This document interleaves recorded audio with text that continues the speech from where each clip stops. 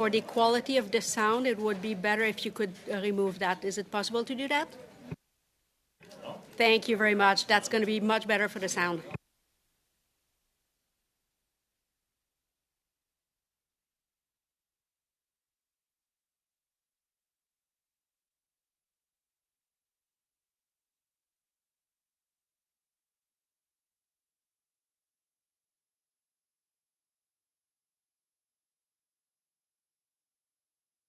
Okay, I'm going to call the meeting to order. The coffee must be very good today because there's a whole crowd in the back there. Welcome to meeting number 58 of the House of Commons Standing Committee on Access to Information, Privacy and Ethics. La réunion. Today's meeting is taking place in a hybrid format pursuant to the House Order of June 23, 2022. And therefore, members can attend in person in the room and remotely using the Zoom application. Zoom. En cas de difficulté. Should any technical challenges arise, please advise me. Please note that we may need to suspend a few minutes as we need to ensure that all members are able to participate fully. Participer pleinement aux délibérations. Pursuant to Standing Order 1083H and the motion adopted by the committee on Wednesday, November 30th, 2022, the committee is resuming its study of the third edition of the Lobbyist Code of Conduct. Nous avons une personne. We have one person on Zoom today. And have all the sound tests been done? Yes? Thank you. Welcome our witnesses today. As an individual, Mr. Scott Thurlow, who's a lawyer, counsel on legislation from the Canadian Labour Congress. I'd like to invite and welcome Siobhan Vipon, Executive Vice President, and Mike Luff, National Representative, Political Action Department. And from Democracy Watch on Zoom today, Mr. Duff Conacher, who is the co-founder. Each of you have 5 minutes to give your opening statement to the committee. Mr. Thurlow, you are first. Go ahead, sir, for 5 minutes. Thank you very much, Mr. Chairman. Good afternoon. My name is Scott Thurlow. I am an Ottawa-based lawyer who provides advice to registrants under the Lobbying Act about their obligations. I am also a registrant myself. Before I delve into the substance of my presentation, I wanted to note the irony of having this meeting about a subject I am very passionate about on Valentine's Day. I also want to wish my wife a happy birthday. Thank you. Thank you for providing me that excuse. If you're making the chair look bad, Mr. Thurlow, then you've succeeded. Thank you. There are two key points I want this committee to consider as it reflects on the Lobbying Commissioner's proposed Code of Conduct. The first are the charter implications of what the Commissioner has proposed and the impact on how individual electors participate in the democratic process.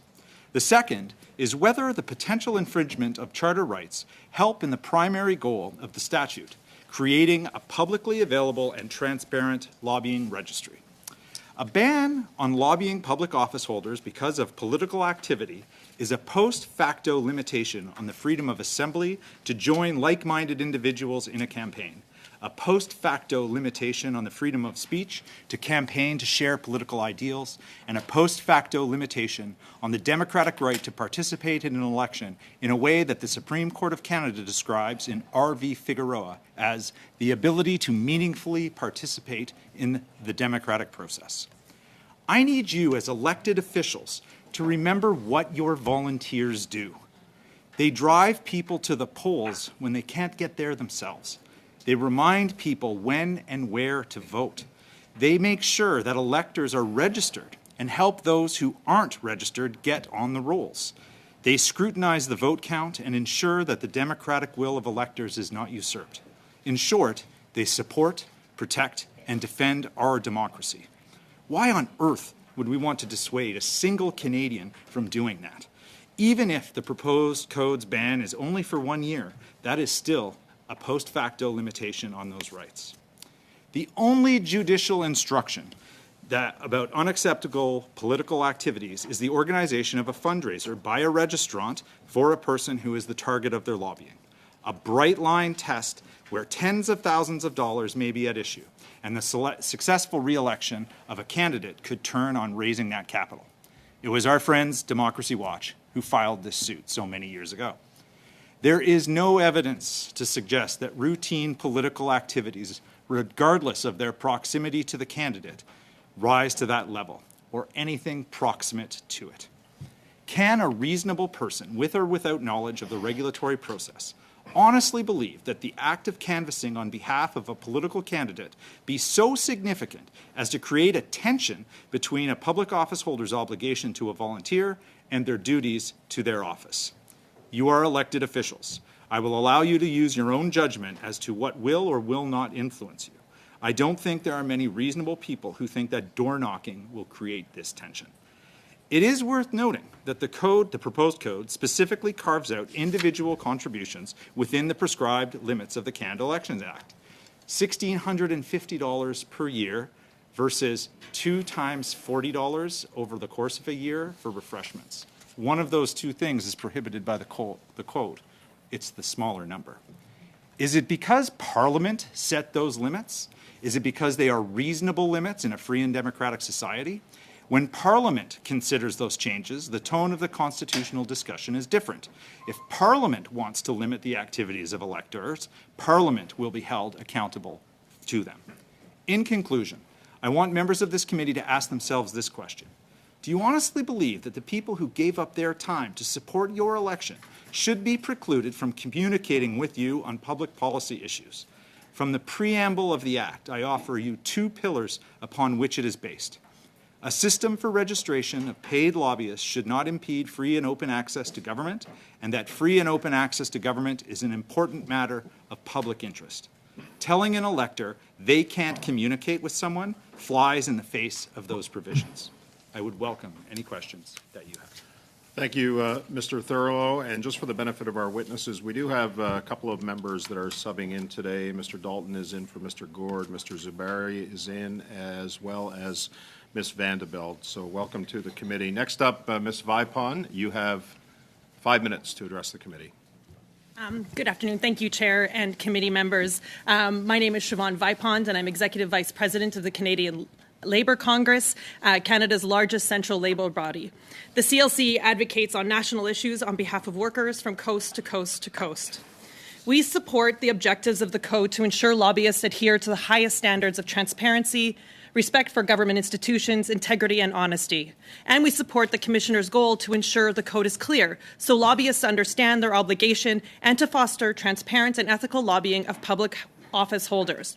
However, we have serious concerns about 2 rules in the updated code, which will undermine my ability to do my job as an elected union official and undermine your ability to do your job as elected public officials. First, we are concerned about Rule 6 with respect to political work.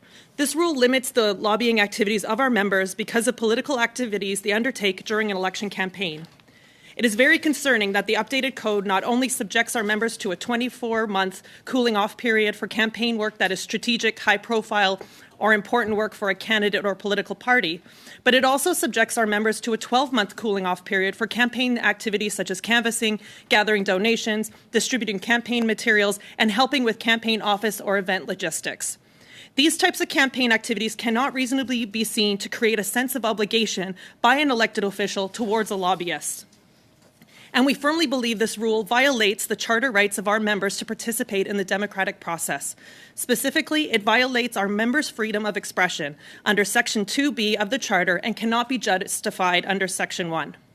I'm elected to represent my members, and an essential part of that is to meet, with all of you to discuss my members' priorities. But I also enjoy volunteering on election campaigns for good candidates. This rule forces me to choose between these 2 things, doing my job representing my members or volunteering on campaigns, and that's totally unreasonable and unfair. The second rule we have serious concerns about is Rule 4 with respect to hospitality. The updated code prescribes a $40 limit for hospitality per official at each meeting, lobby day, event, or reception, and it prescribes an $80 annual limit per official. This rule will severely limit or effectively end the ability of many unions, associations, charities, or organizations to host receptions, lunches, or even provide coffee at meetings in cases where there are multiple engagements with a public office holder in a 12-month period. First, we believe it's unreasonable to suggest that normal hospitality, such as serving coffee, juice, wine, or cheese, at any in-person event should create a sense of obligation for a public office holder, and therefore, the threshold is unwarranted. Second, this threshold will diminish democratic discourse and the duties of public office holders such as yourselves by curtailing the number of events a public office holder can attend with one organization. If a public office holder attends 2 events with our organization in January, and they reach that $80 annual limit, then they won't be able to attend another event with us for the rest of the year where hospitality is provided. This is a major overreach of the code and will make it much more difficult for you to do your job, as it will limit the interactions you can have with the constituents and stakeholders you represent based on this $80 hospitality threshold. Third, the rule is completely unworkable for organizations like ours. It's untenable for us to monitor this hospitality threshold for every public office holder. We meet with hundreds of public office holders in a 12-month period, and it is totally unworkable for us to monitor and track how much hospitality each public office holder consumes at each event, and to ensure that they don't attend other events once they reach that $80 limit. Plus, it's ridiculous to expect us to, enforce this rule. Are we supposed to tell the Minister of Finance that they can't have a coffee or bagel at the next meeting because they've already reached their hospitality limit at a previous meeting? The low value threshold for hospitality is unwarranted, unworkable, and unenforceable, and it should be removed from the code. Public office holders are subject to the Conflict of Interest Act with rules for disclosure, and organizations such as ours should be able to offer whatever hospitality public office holders are able to accept. In conclusion, we believe that Rule 6 and 4 of the updated code will curtail my ability and your ability to do our jobs effectively by limiting how often we can engage with each other on behalf of the people we represent. We urge you to address these concerns in the advice you provide to the Commissioner on the updated code. Once again, thank you for this opportunity, and I look forward to your questions. Thank you, Ms. Vipon, and thanks both of you for being under time. That'll allow a lot more questions to be asked. Mr. Conacher, you have 5 minutes, sir, to address the committee. Go ahead, please. Thank you to the committee for the opportunity to address you today on this very important topic with regard to some of the key rules that are amongst other key rules that protect our democracy and government integrity at the federal level. I'm representing today a coalition of 27 citizen groups with a total membership of 1.5 million supporters who all oppose the parts of the Commissioner's proposed new code that change the current code rules in ways that will allow for corrupt favor trading between lobbyists and politicians.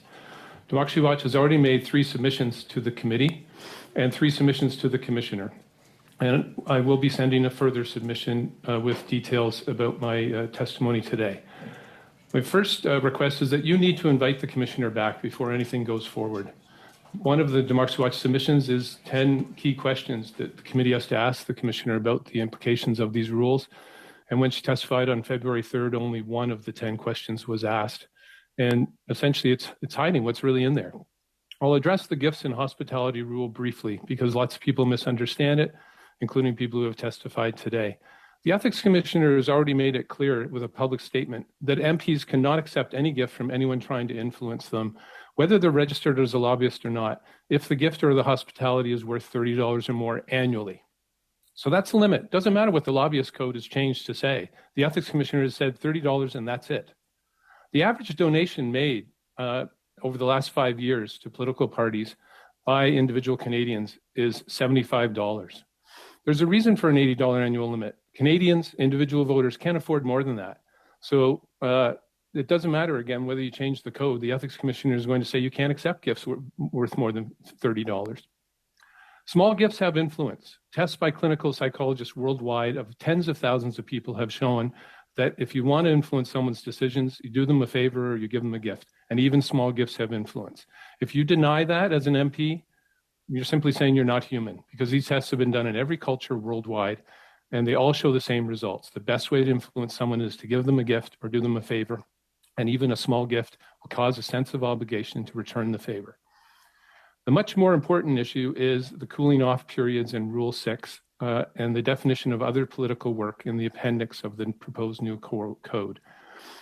The current rule is if you do any significant political work, including any fundraising, you have to sit out for 4 years.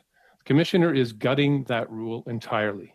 The commissioner's proposal is that lobbyists should be allowed to, as long as they don't do it up to more than nearly full time or without frequent or extensive interaction with a public official or party official, should be allowed to raise an unlimited amount of money for the politician or the party at the same time as lobbying them.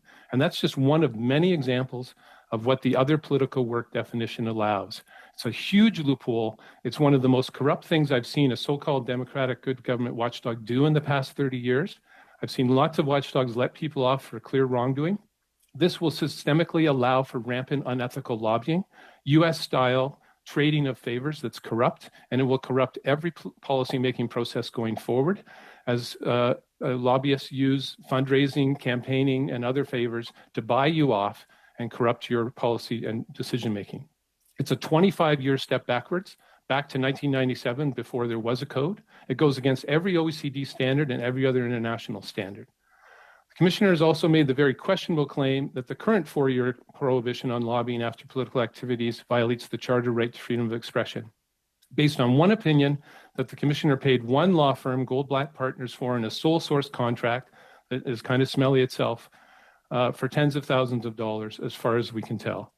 Several Supreme Court of Canada and other Canadian court rulings have clearly stated that the charter rights can completely justifiably be restricted to protect government integrity. And as a result, it is clear that the current 4-year cooling off period complies with the charter entirely. The committee must order the commissioner to disclose this opinion they've received from Goldblatt Partners. For this to go forward based on a secret ruling from a law firm would be untenable. The second significant problem with the commissioner's proposed news code is it does not specify what will happen after a lobbyist works in a political party's election campaign headquarters or campaigns or fundraisers for a political party in between elections. The new code does not say who a lobbyist would then be permitted from lobbying. Will the prohibition only apply to the political party leader or everyone in the party? Also, the third problem is that the gutting the code rules in ways that allow lobbyists to do favors for cabinet ministers and MPs and senators, that will likely also gut the ethics rules for ministers, MPs, and senators. How? All of these ethics rules currently have a blanket rule that says you can't improperly further another person's or entity's interests. It would, of course, be improper for a cabinet minister, MP, or senator to further interests of a lobbyist who had raised money for them or done other favors for them. But if the lobbyist code is changed to say that that's proper, then it will no longer be improper for the ministers and MPs to do that. Okay, Mr. Conacher, we're past the 5 minutes. I gave you a little Yes, extra time. If I could make quickly. If I could make one last statement. If you do not reject the commissioner's unethical proposed news rules or remain silent, you will be essentially supporting corrupt political decision making. As I'm testifying this afternoon of Valentine's Day, I'll end by appealing to you to show your devotion and commitment to ethical political decisions by rejecting the commissioner's proposal to allow you to have secret affairs with lobbyists for wealthy private interests, secret affairs that would allow high-powered lobbyists to buy you off through fundraising, campaigning, and doing other favors for you, secret affairs that will corrupt your ability to make decisions in the public interest. Thank you, Mr. Conacher. Thank you. We're going to start with our first round of questionings. Perhaps you can pick it up from there, Mr. Conacher. Mr. Barrett, you have 6 minutes for questioning. Thanks very much, Chair. Thanks to the witnesses for appearing today. Chair, I want to start by talking about some news that comes from the Office of the Conflict of Interest and Ethics Commissioner today, and that's that the Commissioner has announced his resignation. And and I'm fine to use my time for this, Chair. Okay. I just want to take a moment to just remark on the circumstances under which the commissioner has offered has decided to end his term early, and that's due to persistent health challenges. And I know that it's been a tough couple years for everyone, very trying times with changes to their work schedule. Well, he has a commission to run with lots of staff and had to adapt to all of that. And I would also note that he's been kept quite busy by members and designated public office holders over the last couple of years. I want to offer a quick quote from the Commissioner. And he said, quote, "I firmly believe that educating regulatees and the public about the importance of avoiding conflicts of interest serves to help restore Canadians' trust in public officials and the institutions in which they serve and ultimately in our democracy," end quote. I appreciate the Commissioner's work over his tenure and, of course, know that I can confidently speak for all of my colleagues on this committee when we wish him good health and the best of luck in his future pursuits. So thanks, Chair. I'll turn now to questions, and I'll start with Mr. Conacher. And I want to pick up on the quote from the outgoing Commissioner, and that's about the confidence that Canadians have in their public institutions. What do you think the effect of these proposed changes will be on Canadians' confidence in their public institutions? Well, you couldn't go much lower. Several surveys in the past several years have shown that only 10 to 20% of Canadians trust politicians. They believe that you are trying to protect elites and yourself and not addressing their concerns. And this move to essentially say we're going to legalize bribery, we're going to let lobbyists buy you off in elections by doing favors for you, campaigning at a very high level, up to nearly full time, raising unlimited amounts of money for you and your party, and then lobbying you right afterwards. Okay, there is no cooling off period for this. It's not a 1 year or 2 year. This is a huge loophole that's unstated in the draft code. That as long as you do it not less than nearly full time or without frequent or extensive interaction with a candidate or official, you can start lobbying them the next day. If it's in between elections, you can raise tens of thousands of dollars for a cabinet minister or their party and continue lobbying them. No stop. It's going to bring in the U.S. style corrupt politics into Canada. It's the most corrupt thing I've ever seen a good government, so-called good government watchdog do in 30 years. It's going to corrupt every policymaking process that affects 35 million Canadians. And hopefully Canadians will storm Parliament because it is a reason to storm Parliament. This is a systemic point of order and legalizing a point of order. We have a point Yeah, I'm of not- order. I would just ask, No, we're not doing this. I would ask Mr. Conacher just to be judicious in his words and use his words carefully because, I, for one, as chair, don't appreciate the term storming Parliament myself. And I understand the analogy, Mr. Conacher, but just please be judicious. Mr. Green, did I address that? You did, sir. Thank you. Thank you. Go ahead. I stopped your time, Mr. Barrett. Go ahead. Okay, I'll pick up from there. Chair, thanks very much. So I'll turn to the folks in the room with respect to the effect that campaigning for an individual and then having access to them in your role as a lobbyist or one's role as a lobbyist could have, and what do you think is the right way to strike the balance between avoiding the perception that undue access or unfair access has been granted, and that kindness of the campaigning for a good candidate would have in exchange for that access after they've been elected and potentially elevated to the role of a privy councillor. So I'll start with you, Mr. Thurlow. So I think there's two questions that's in there. The first one is, does this actually happen? Okay. I think we could talk in anecdotes, but I don't think anyone has ever actually said this has happened, it's unethical, this is the name of the person, I lay it down like that gauntlet. The second is what I call the hook versus the trawler. If we were talking about the campaign manager, absolutely, there's an elevated role involved, okay? But the proposed code, it gets everyone. It's the trawler at the bottom. So we be very specific, and it's interesting, the previous code of conduct, the current iteration, it does have those more central key roles. It's not about necessarily access to the candidate, it's about who is doing this work in a way that it will really benefit the candidate above and beyond simple public participation. Okay, and I'm about to run out of time, but I guess I would say to your point that I think that underscores the importance of being very clear.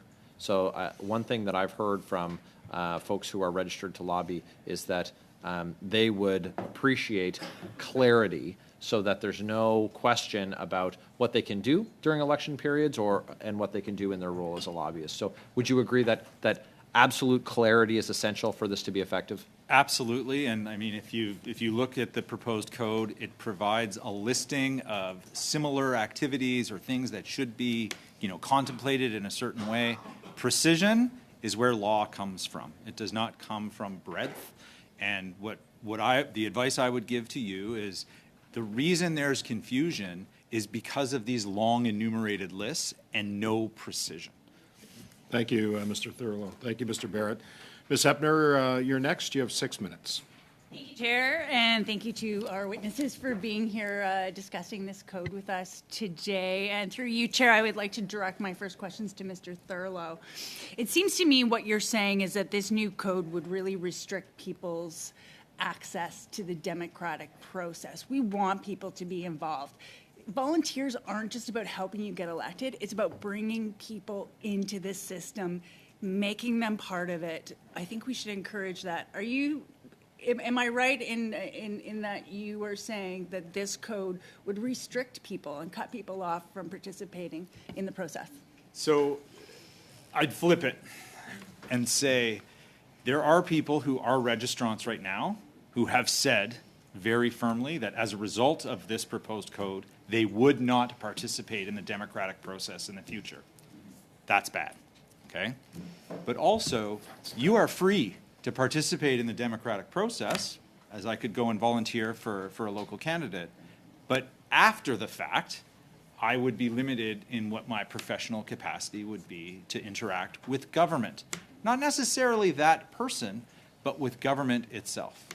Now, there is an argument to be made that that's a violation of the Section 6 rights to freely work in the country. I haven't seen anyone really articulate that point yet, but we've got courts. I'm interested in their views.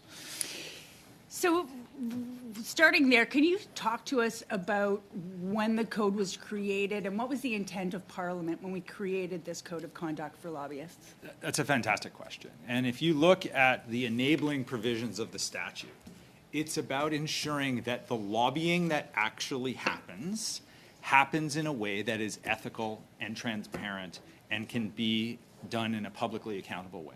There are certain aspects of the proposed code that make a lot of sense, okay? Confidentiality with your clients, honesty, dealing with information that you are provided as you are talking about regulations. These are a principled code of conduct that actually applies to the work that is covered by the Lobbying Act. I would posit that the role of the commissioner is about what happens at registration and onward. It has nothing to do with what happens before registration. Interesting. And I think we have about 6,500 registrants on the lobbyist list, and those include organizations. So several people would be caught up in that. So it's not a small number of people that we're talking about here. There's a very large number of people. I can't even imagine how many members are part of your organization. So it's not, one man's charter right. It is multiple thousands of people who have the potential to have their rights limited. And even if it was only one, that's how our charter works. It's the Charter of Rights and Individual Freedoms. If I could turn to you, Ms. Vipond, hopefully I'm pronouncing your name correctly. What we heard from the commissioner at this committee is that the new rules will make things more equitable for lobbyists, so that lobbyists who perhaps don't have the same bank account as others would have the same access to members. What do you think about that argument? I'll speak as a labor activist, and when I come to speak to elected officers, it's never, or officials like yourselves, it's never with to buy you off. We come with the facts about what members want to see in the legislation. We, trust that you're gathering that from all your constituents and that you're going to turn around and make sure that our legislation is in a position that it best represents all of us. This idea that there's all this buying off happening is mischaracterizing the problem. There absolutely needs to be transparency and there needs to be honesty, but limiting our ability to represent our members and limiting our right to be active in our democracy, quite honestly, which includes, leaflet dropping. Sometimes it includes going door to door, which I think we should encourage people to do. But then that will limit their ability to represent their members and limit their ability to run for office in their unions, especially when we look at federal unions who are, under this jurisdiction. And so that's why we're here to say that this is, going too far, and it's going to be limiting, and it's going to have a real negative effect on our right to work and our right to represent our members in the unions. And given that members of parliament make almost $190,000 a year, more if they have extra roles in parliament, do you think the general public would think that we'd be influenced by $40 a year or $80 a year going to receptions for lobbyists? Listen, I think this is one of those things you read it and go, this cannot be what was meant. If you've ever held an event at any hotel anywhere, you're not getting the breakfast coffee for $40. And so I don't think that was the intention, which is why we want to raise awareness to it, because it is absolutely ridiculous. Also, the way it's written is you're turning it that it's our responsibility to monitor what you're doing. And that shouldn't be our organization, right? That's why you're covered under your rules, so that you are following it and you are being good public office holders. But asking us to kind of monitor to make sure, because somehow one reception where you're in front of our members is suddenly going to turn it. Because, if that was true, I would hope that we had, all the labor laws in the world that we wanted to see in Canada. Very good. I'm almost out of time. I'm good. Thanks very much. Thank you, Ms. Hepner. La prochaine intervention, c'est Monsieur. Next question from Mr. Villemur. You have 6 minutes. Thank you very much. Mr. Chair, my questions are first for you, Mr. Conacher. Before working in politics, I worked in ethics. And do you believe that all donations or any kind of contributions or associations imply accountability, and 2, that this accountability is negative?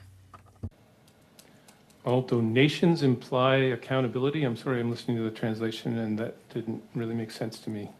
Donations implying accountability or donations implying unethical influence? Monsieur Villemur, j'arrête ton temps. Mr. Villemur, I'll stop the time if you want to ask your question again. So, any association or donations in any way, does that mean that you owe somebody something?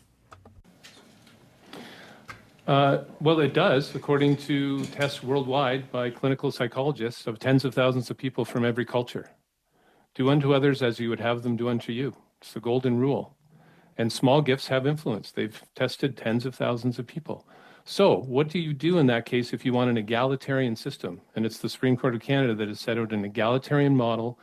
One of the key principles is an equal, substantively equal opportunity for substantively equal participation and influence in all political processes.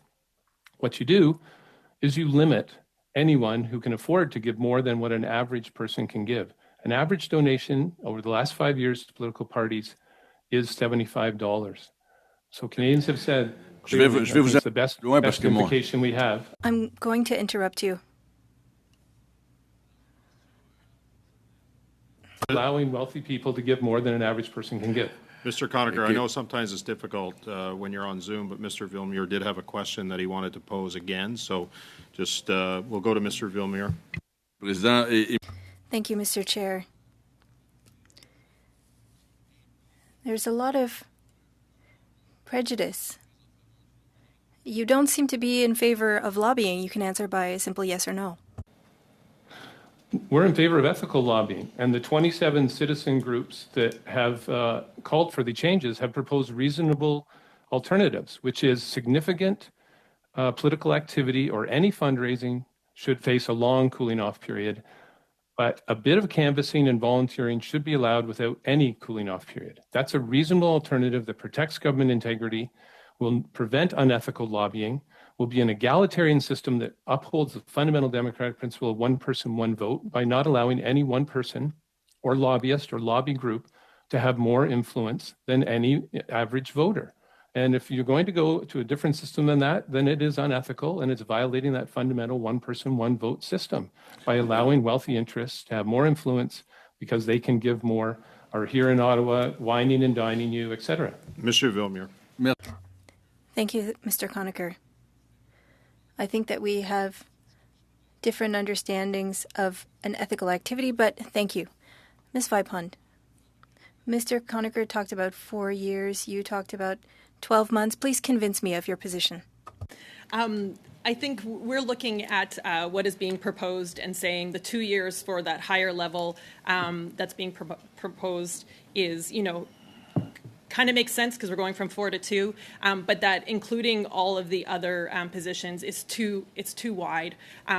Democracy means involvement, and it means not just showing up at voting. It means like talking to officials. The best thing about going door to door is you hear from people that maybe don't share your views, and you can talk about the issues and people supporting good candidates. That's what they should do. And so when we look at these limits, this idea that you can't have the job of lobbying because you are involved in the democratic process, we think is absolutely false. So what is being proposed is the 2 years for the higher, and we're saying that okay, but you have to exclude that lower part of it because there should be no exclusion on lobbying, because that in essence is that lobbying act, and that is just talking to officials to convince them of the important part that the important changes that workers want to see. Quels seraient les dangers d'aller avec? What would be the dangers of a position like yours? I think there's rules in place, and so I don't think the dangers are there. We understand and agree with looking at this legislation and making sure that people are covered at it. It's these two parts of this legislation that we think are reaching too far and are going to have a negative impact on the work that, especially when I speak to leaders that are in the labor movement and that have been elected to represent their members, and that's why we want hopefully to have some opinions where it's addressed that these two are not reflective of what's going to help and, quite honestly, are going to cause some constitutional issues. D'accord, sur les... On Rules 4 and 6, I understand. Are there any other parts that are problematic, and what would your suggestions be? Currently, no, we're only here that we want to see 4 and 6 addressed. We do think that having oversight to ensure that, that there's ethics that exist in those rules, we're comfortable with that. Vous savez sûrement que... You know that one can comply with the rule while also being non-ethical, correct? Absolutely, but I also think good of people, and I do think people come to the table for the right reasons. So those rules need to exist. Like, it can't be free for all, but also it cannot hinder people's constitutional rights. Merci beaucoup. Yeah, merci. Thank you. Merci, Monsieur Villemure. Thank you, Mr. Villemure. You have 6 minutes, sir. Thank you. Welcome to all of our guests. It's great to have our familiar faces and friends here from the Labour Congress. I appreciate you joining us today. And, I got to share with you that I am a little bit torn on this particular issue. I'll declare my bias in that I don't see the Labour Congress as being a lobbyist in the same sense of the term of private sector, for-profit, pay-to-play type scenarios. I don't see workers and citizens sending and electing people to come and fight for workers' issues as being the same as professional lobbyists whose only objective is to have clients and make money. So I guess my first question to Ms. Vipond is do you see all lobbying as being the same, or in your perspective, ought there be a consideration or perhaps a precision, as our friend Mr. Thurlow had suggested, that might provide clarity around different types of lobbying? Yeah, I agree with you that not all lobbyists are the same, right? Like, I am sitting here because there's, odd million workers that support the CLC. But the reality is that the lobbyist registry registers me as a lobbyist. And so that means that I'm covered by those rules, but it doesn't negate my rights and my, my role that I play in the union movement. So currently we're, what's in front of us is a piece of, when we look at these rules, we're going to fall under that. Now, if that was not the intention, then someone needs to go back and change where that's coming from. But the reality is that those rules are clear, and I hope it's clear from our testimony. I mean, we know these rules because we follow them.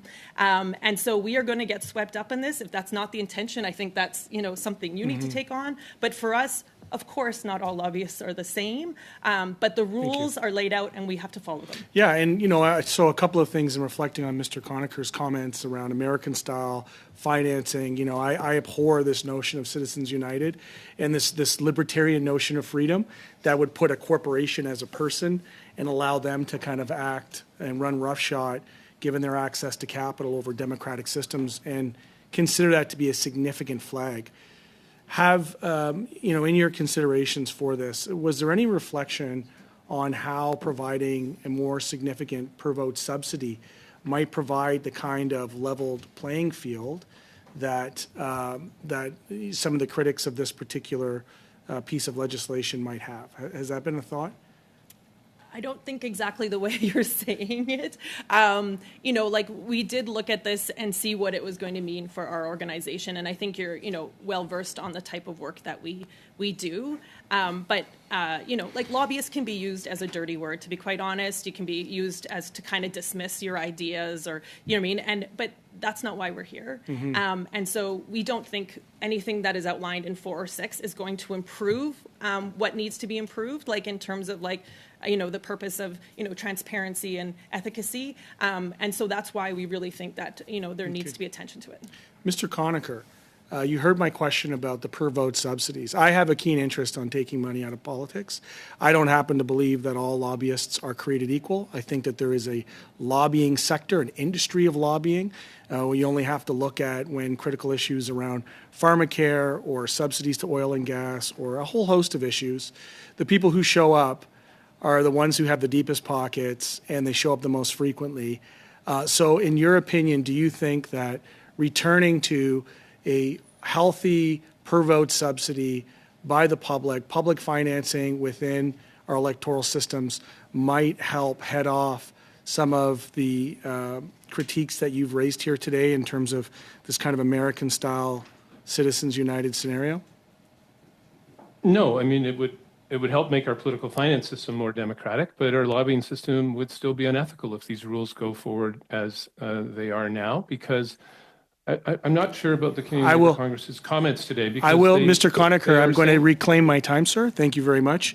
I will state, though, to your benefit, that I am keenly interested on getting the disclosure from Goldblatt, and I know that there's a balance that we have as a committee between protecting what ought to be an independent officer of Parliament with our parliamentary privileges to be able to send for documents. But I would suggest that for the good and welfare of this committee, I'll say it on the record right now, Mr. Conacher, so you know that I'm in favor of this, that I would encourage the thought or the reconsideration by the officer, whether it's the ability for us to review that document, to have a better understanding of what they're putting their charter claim on, and I will be looking to pursue that at a later time. So just rounding up my last pieces of questions, my last line of questioning here.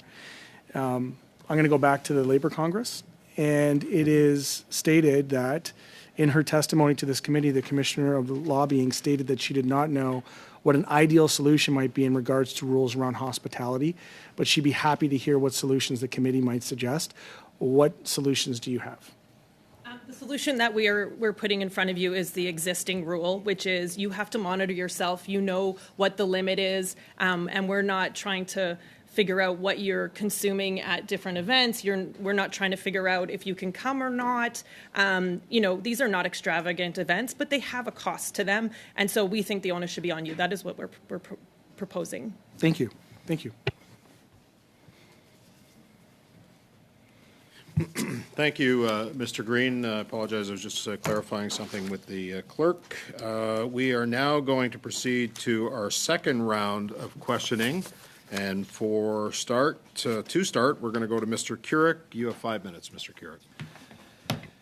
Thank you very much, Chair, and thanks to the witnesses for participating in what is an important discussion, because I think that everyone would agree that we need a system surrounding any lobbying that is accountable, that is transparent, so that ultimately Canadians can trust the process. And as it was stated, there has been an erosion of trust in the process, and certainly one could get into extensive political conversations around that. But I did want to just speak about specifically, the lobbyist code of conduct. So I'm going to go around the room and ask about the consultation process. I know the commissioner talked a lot about that consultation process. So I'm just wondering if in 15 seconds I'll go to each person, if they can comment on their experience with the commissioner's consultations. I'll start with the Canadian Labour Congress.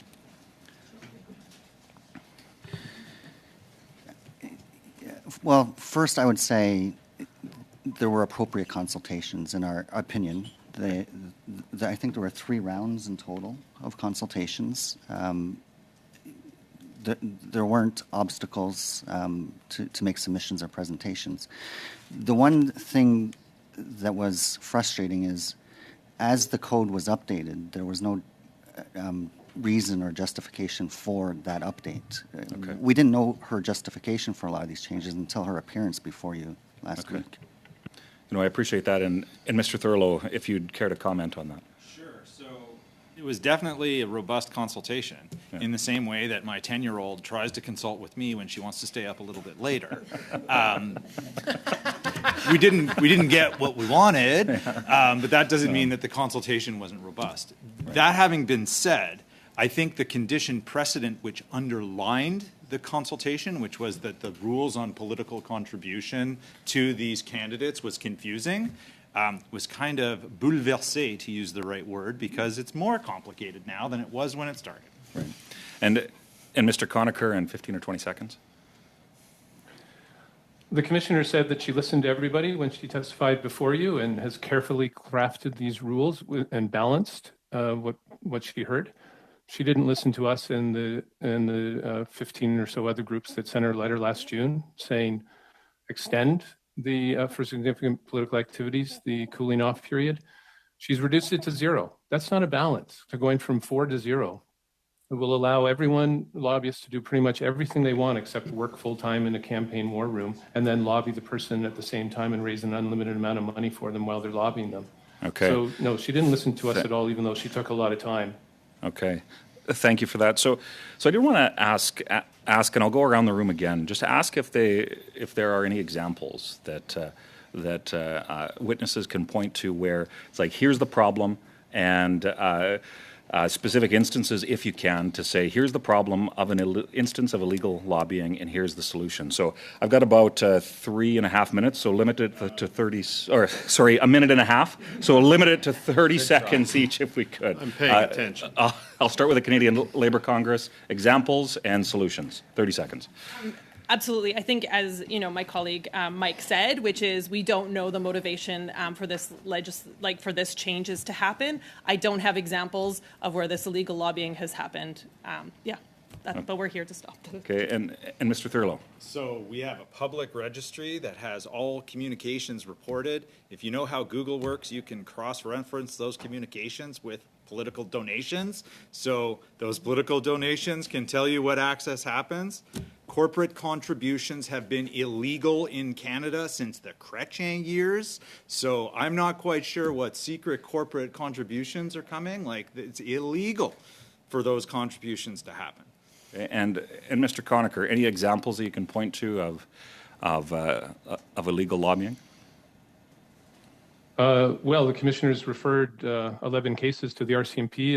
The RCMP has charged 1 recently, she said, on February 3rd. There's 5 others the RCMP has referred back to her. And there's 5 others, I guess, the RCMP is still investigating.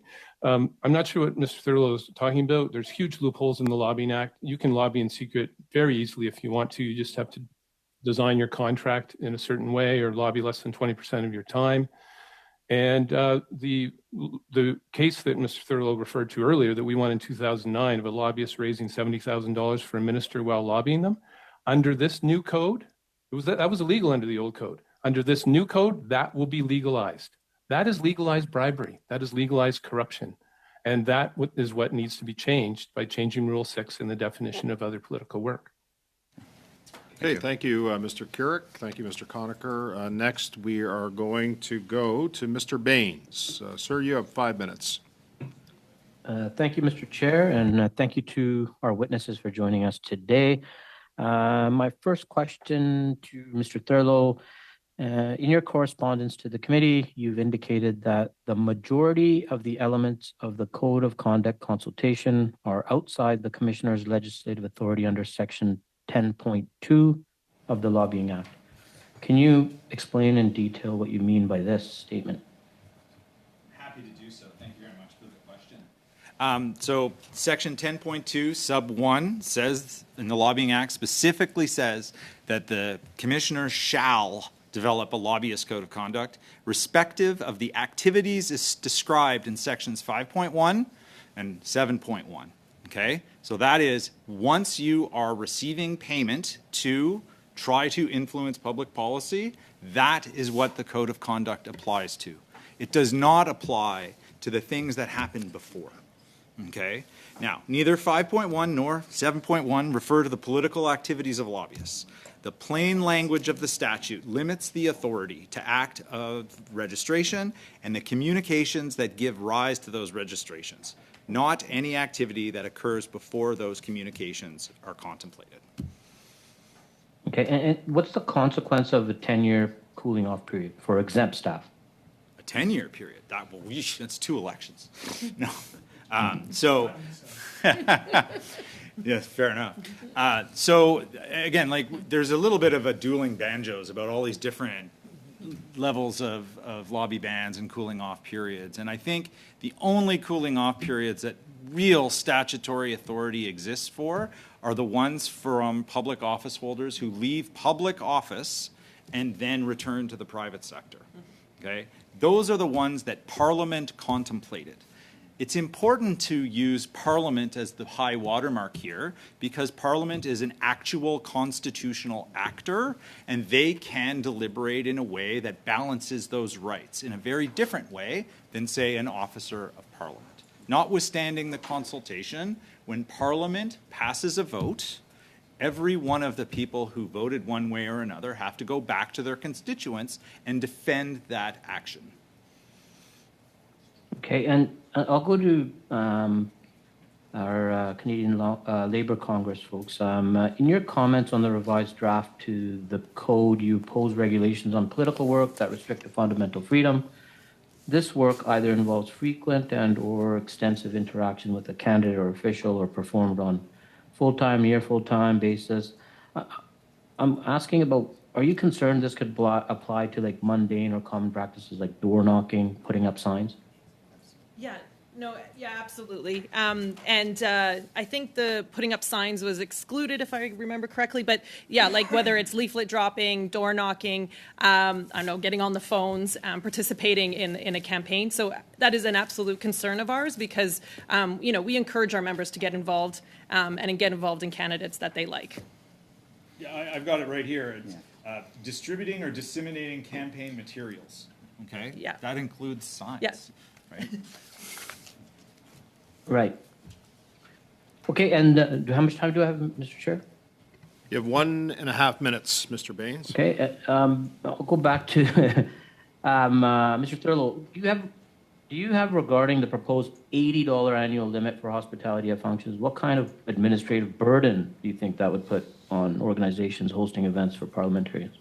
So, again, y'all, the elected officials, you will know what will influence you and what will not.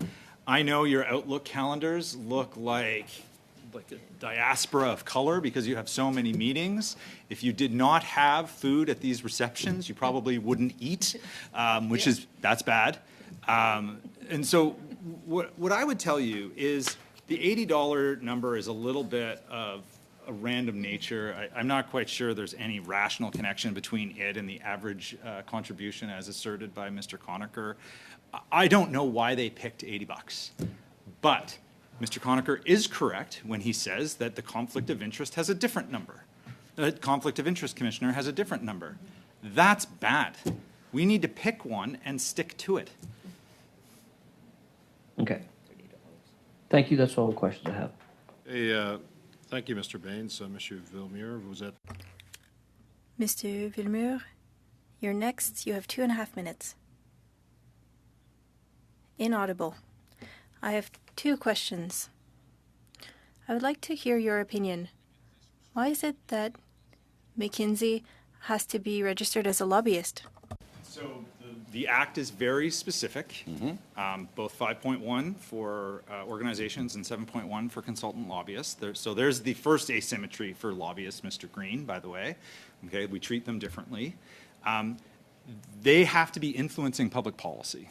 Okay, like they have to be going after a bill or proposing a bill. Like it's a very specific enumerated test. Okay, so if Parliament wants to amend that test to capture the work that's done there, that is an excellent and robust debate that I would encourage you to have, but that's not what the Act says now. Autrement dit, il y avait comme... So there's space between the lines here, and we fell between the cracks. But do you believe that the Lobbying Act should be revised? Because here we're talking about the Lobbyist Code of Conduct, which is a part of the Lobbying Act. Do you think that it would be time to review the Act, which hasn't been reviewed in 2 cycles? And I'm not going to stand in your place and tell you what you should or should not amend. I've got a long list. But there are aspects of the Act, certainly, that could benefit from some change. The designated public office holders provisions being one of them. The discretion of the lobbying commissioner to limit a lobbying ban, I think, needs to be expanded a little bit. I think we can agree that if the Prime Minister has a 5-year ban, a 22-year-old who works for the Minister of Sport probably doesn't need a 5-year ban. I think there's a little bit of an asymmetry there. Right now we have a trawler, and it's everybody who holds one of these specific offices. They're all treated the same way. Merci beaucoup. Dites-moi, en dernier... Thank you. What would be your recommendation, one recommendation, to increase Canadians' trust towards lobbyists? Well, send them a phone card and I'll talk to them. No, I mean, seriously, the system that we have is completely undersold. We have a publicly accessible system that anyone in the world can Google and find out when individual lobbyists spoke to who about what subject. It is very easily usable. I think there are 6 or 7 journalists who've made a career out of writing stories about who's lobbying who and at what time. I think that's something that we should be really proud of. Like in terms of like the ability for individuals to see what is happening, I think is spectacular. Mr. Conacher asserts that there's all kinds of secret lobbying that can happen. I mean, that would be a criminal offense if it's happening. I don't think Canadians shy away from criminal offenses. I provide advice to lots of people, telling them, register. You have nothing to hide. It's a public registry. The purpose of the Lobbying Act is to shine a bright light on this activity so Canadians can decide for themselves whether or not it's a good idea. Thank you. Thank you, Mr. Thurlow. J'arrête pour une seconde. I'll stop for a moment. Mr. Green might be sharing his time with you, Mr. Villemure. After what happened the other day, this is a new coalition. There's a new coalition. Mr. Green, you have 2.5 minutes, sir. Thank you very much. So, Mr. Conacher, I'm going to ask you a question. I'm going to ask you to be brief and just get right to the point. Around the world, which has the gold standard? Which country should we be looking to for the gold standard of legislation around lobbying? Well, Canada's behind on both a very specific question. Which has got the best country around the world? Do you know that answer? Who should we be looking to? No, there isn't Okay. one jurisdiction that puts I it will- all together I will- on both ethics and I transparency. will pass it on. Thank you, Mr. Conacher. Appreciate your time. In your work, Mr. Thurlow, I'll put this question to you. Is there a gold standard that we should be looking for that has the precision in what you were talking about in your opening remarks that provide clear guidelines for Canadians and anybody involved in this? So as it applies to the law, the gold standard is Canada. You honestly think that I this? honestly think that to be the case. There might be a few state or provincial programs around the world that are a little more narrow. There are some municipal programs that... I'm a little bit incredulous. You think that the lobbying laws that we have are the gold standard around the world? Is that your Tell testimony? me which one's better, and I'll Well, I'm debate just that. talking Toronto. about Mr. Toronto is better. Toronto's not a country. If we Toronto could, is a Mr. Point of order. Can of order. Okay. It's Mr. not helpful, Mr. Conacher, when you interrupt my interventions. It's not helpful at all. So You're I'm here as a gonna- guest of committee. Generally, as the committee will know, I take a lot of leniency in terms of the interaction. There are many committee chairs that ask that things go through the chair and then to the witnesses. I allow a lot of this cross-sectional stuff to occur, but we have to be mindful that we don't interrupt each other. And if there is a question to be asked of an individual, then please ask that question to that individual. And my expectation as chair is that that individual will answer the question directly. So, Mr. Green, I did stop your time, but please go ahead. Thank you. Thank you very much. My last question to the Congress. We've heard about how being lumped in with everything else that's happening here is very difficult. With the way in which you do hospitality, is there any concluding remarks that you would have just in terms of having a consideration for the millions of members that you represent across the country?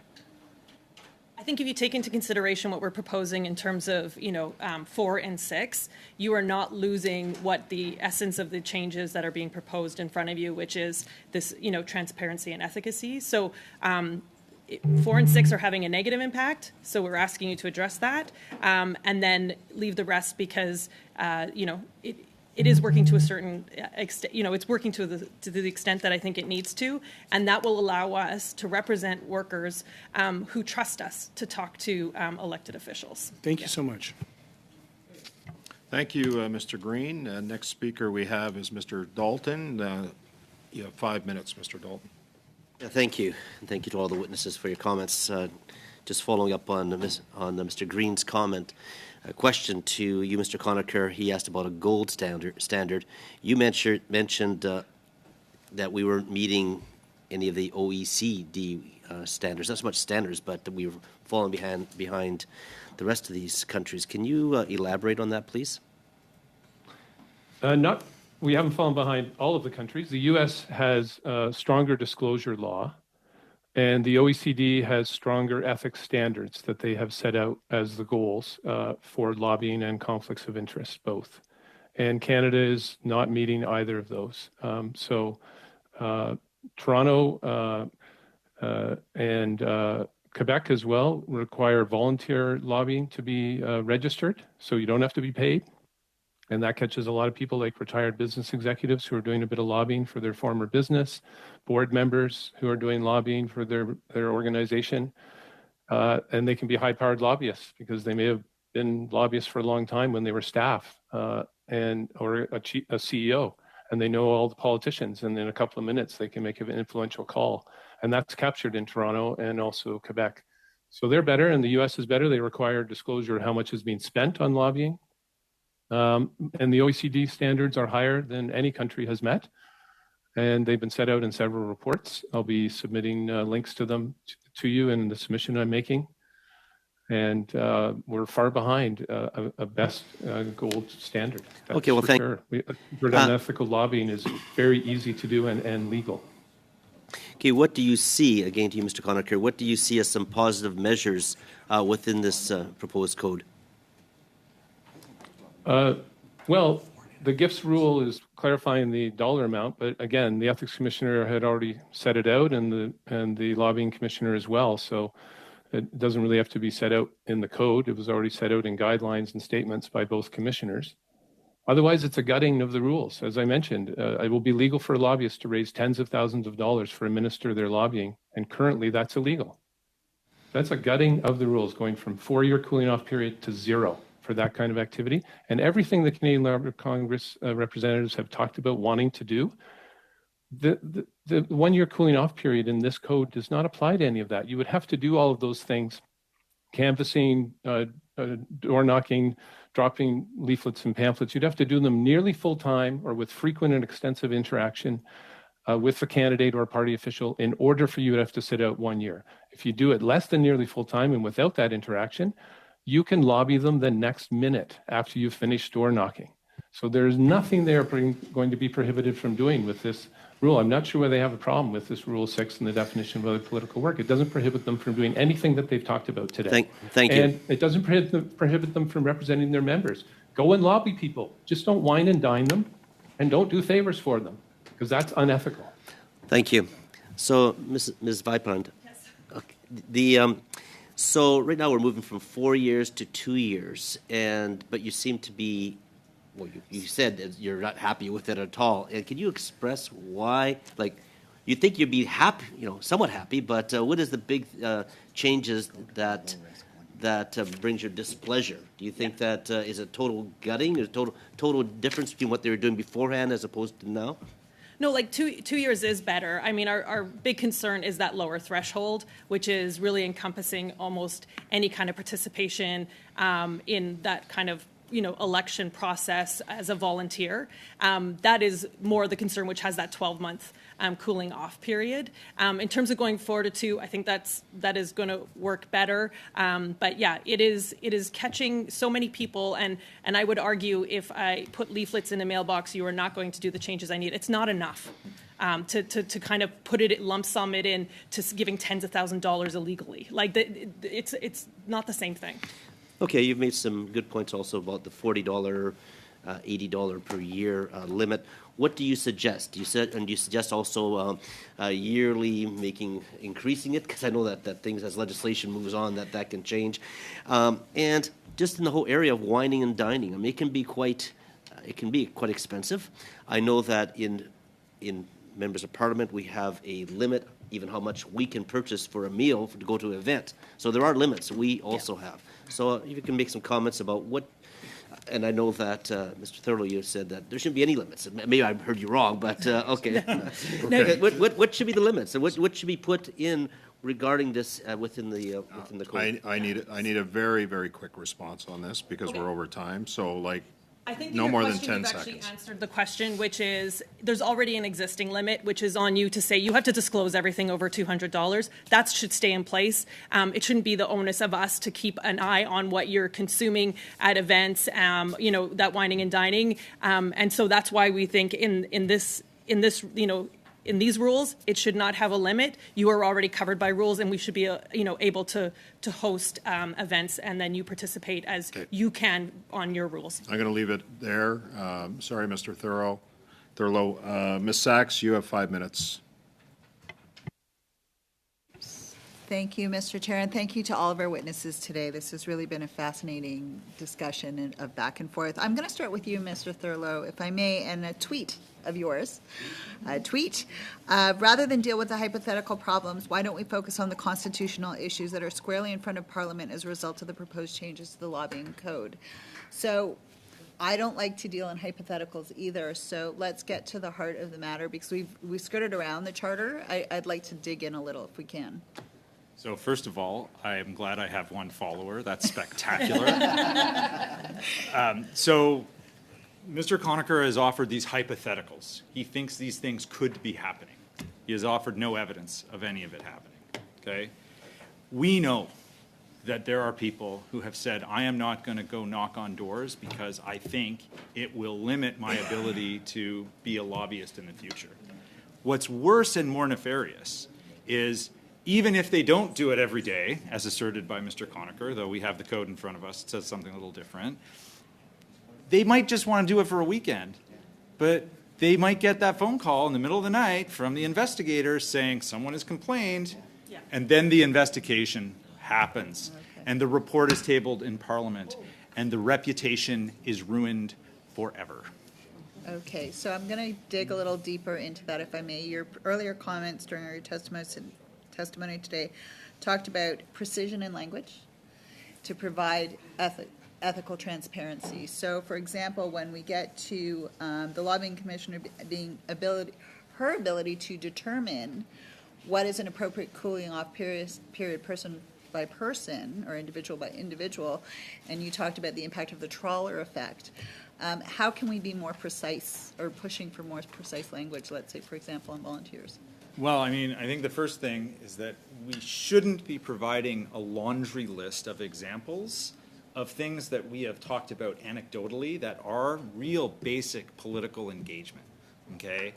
If the test is you shouldn't lobby the people who owe their job to you, we know what those roles are, okay? It's campaign manager, it's the person who flies the plane, it's, you know, those real prime minister's tour, leaders tour, for example.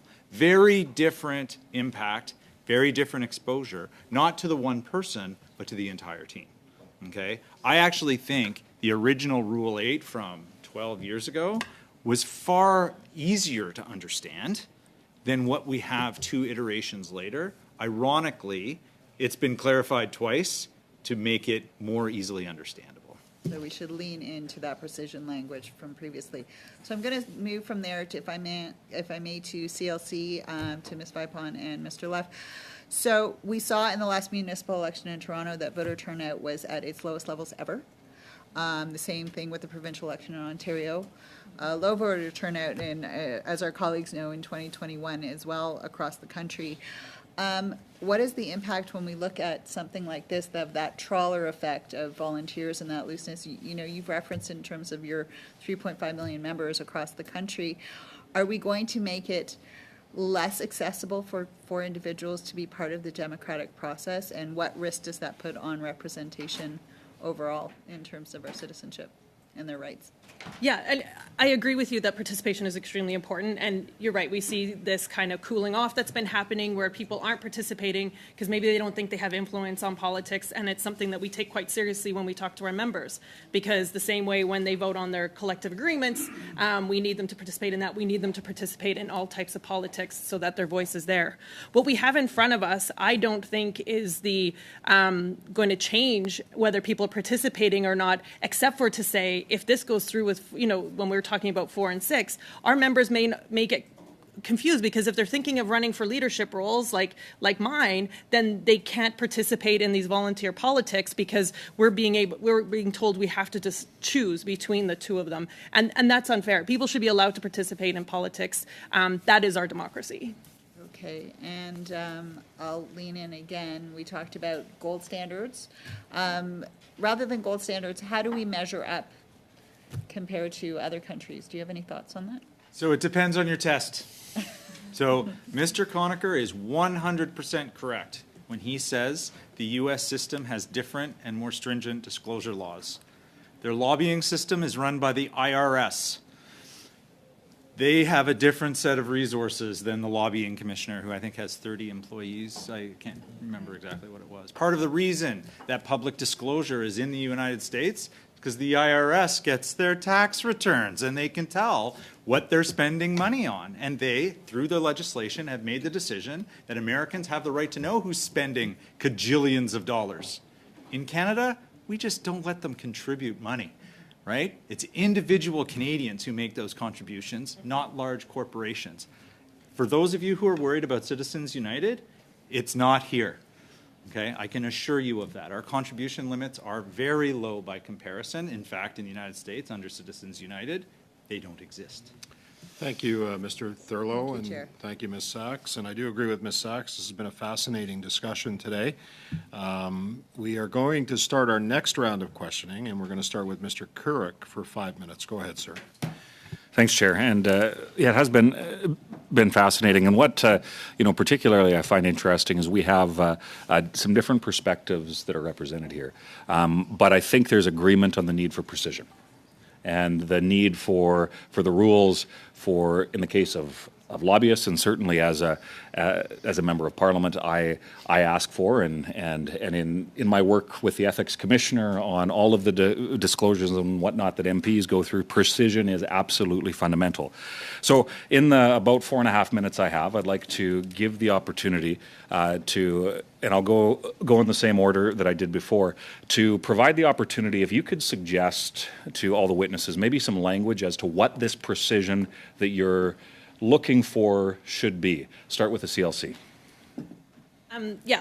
What we've put in front of you, I would also argue the phrase things like frequent and extensive, right? Like one of the witnesses has said exactly how they interpret that. But if our political activity is frequent and extensive, what does that mean? Does that mean I did it twice in one weekend? Does that mean I did it the last 2 elections? And so that is very hard to interpret. And as you know, Mr. Thurlow has said, is that until there's a complaint, we actually won't get a test to it. And then that's when we don't know what we're supposed to be doing because we want to be complying with these rules. Okay, so Mr. Thurlow. I thank you very much for the question. And I'm going to flip it around. And I'm going to say the Supreme Court of Canada says that you have the right to meaningfully participate in the democratic process. In the case of Mr. Figueroa, he was a communist. He wasn't getting a lot of money. Yeah, I figured that would be what would happen. He wasn't getting any money under the per vote subsidy because of the rules that applied to the number of parties that had to be filed. So he advanced his constitutional right under Section 3, and he said that money is what's going to allow you to meaningfully participate in the process by learning more about my party, the Communist Party of Canada. Okay? That meaningful participation is going to be different for every Canadian until you tell them what they can't do.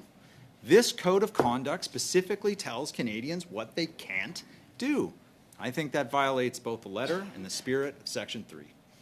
Okay. Thank you, Mr. Thurlow. And Mr. Conacher, we've been talking about precision. So do you have any suggestions as to what precision should look like? The precision is there in the gifts and hospitality rule, so that's fine. In terms of Rule 6 and the definition of other political work, yes, the terms need to be defined. They shouldn't be left the way they are because they're going to allow for unlimited fundraising while lobbying. Nearly full-time, what does that mean? Frequent and extensive interaction, what does that mean? But what the rule should be for low-level political activity is that you should be allowed to canvass, distribute leaflets a couple of times during an election campaign without having to sit out from lobbying afterwards. The fundraising, you do any of it, you should have to sit out for 4 years. For being in a campaign office, you should have to sit out for a low level right through the next election, and the upper level even longer. And that's the way to ensure equal opportunity for equal meaningful participation and influence, which is what the Supreme Court of Canada actually said. It's not just meaningful participation, but equal opportunity for everyone, every citizen, to participate and have influence at an equal level. That's one person, one vote, and no one allowed to do more than any other person if they are then going to try and influence. And that's why you have the cooling off period that lasts at least until the next election. So for any significant thank you. campaigning and any fundraising. I have one more question I hope to get in. I have about a minute left. So in terms of the whole conversation around, ministerial staff, that cooling off period versus, the Prime Minister 5 years, low-level staff, we're just curious if, again, when it comes to precision, if there's any recommendations that in 10 seconds each, if we could start with CLC, if there's a recommendation as to what that should look like? Not at this time. I can leave it to Thurlow. Okay. I would just use the things that we use to distinguish for them right now. Their rank, their EX 4, 5, 6, whatever, their pay, their length of service. Like right now, most of the designated public office holders are banned from lobbying for longer than they served. Right. That seems a little off. Okay, in about 10 seconds, Mr. Conacher. If you're talking about in the Act, the cooling off period? Yes. It should be a sliding scale. It should be based on your power, and it should be specific to who you could lobby. You might be a low-level staffer who's a great friend of the Prime Minister. So it doesn't much matter that you're low level. It's because of your, and it should be based on relationships and personalized on a case-by-case basis, and a sliding scale from 1 to 5 years. Thank you, Mr. Conacher. Thank you, Mr. Couric. Mr. Zubari, you're next for 5 minutes. Thank you, Mr. Chair, and thank you to the witnesses for being here. We heard a really interesting and for me a little bit of a shocking analysis from Minister Cronaker, where you said that that it's possible for somebody to give unlimited funds pretty much to an elected official with this current version. I'd like to ask Mr. Thurlow, do you agree in that analysis as a lawyer? Do you agree in that analysis, the way how this current version of the code is? No. So on this point, how do you read this? And I understand it's normal that there are differences of opinion, but just to understand your position, what's your position with respect to that question? So I think that there is a very good balance that was struck in the Federal Court of Appeals decision in Democracy Watch and Campbell. It has been stretched by subsequent commissioners. I think that the best approach for these types of things is for Parliament to say what those limits are, and for Parliament to say election contributions by individuals shall be limited to $1,650. Okay? No wiggle room there. That's the limit. Okay?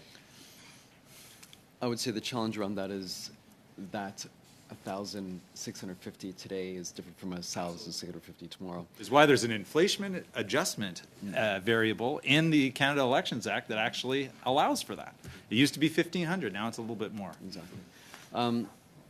We heard from Mr. Green an interesting point about how before in the past there was a subsidy per vote. Do you think, Mr. Thurlow, do you think in your view, if that was restored to what it was in the past, would that help mitigate some of the concerns that we are talking about with respect to lobbying?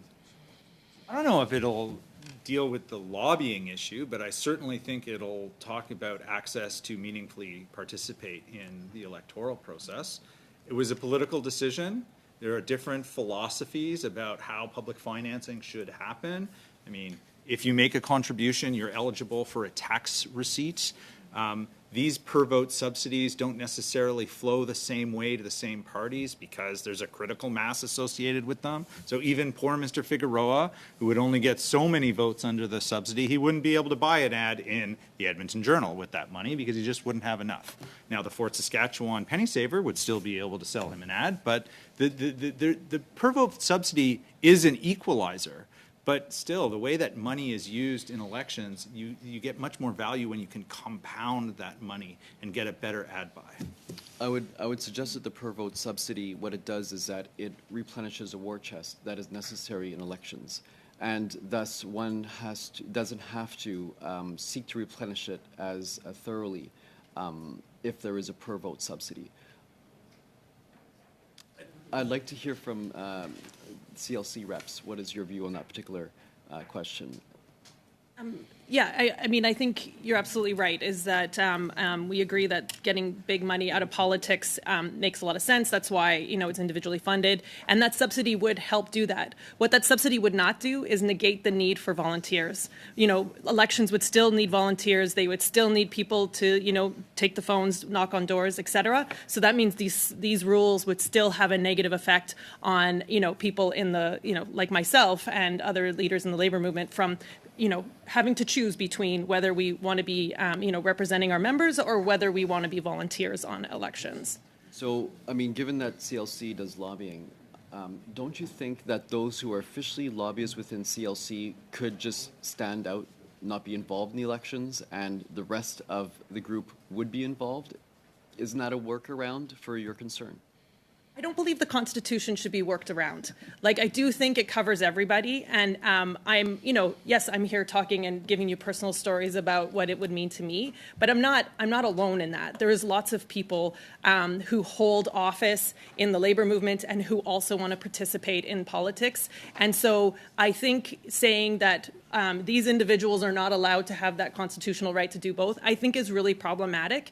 And so what we're suggesting in front of you, I don't think is gutting this to a point that it means that we don't have good rules around lobbying in Canada. I think what we're suggesting to you will allow that we're not, penalizing those like myself who want to be involved, in the political process, but also want to represent my members and get good legislation for workers.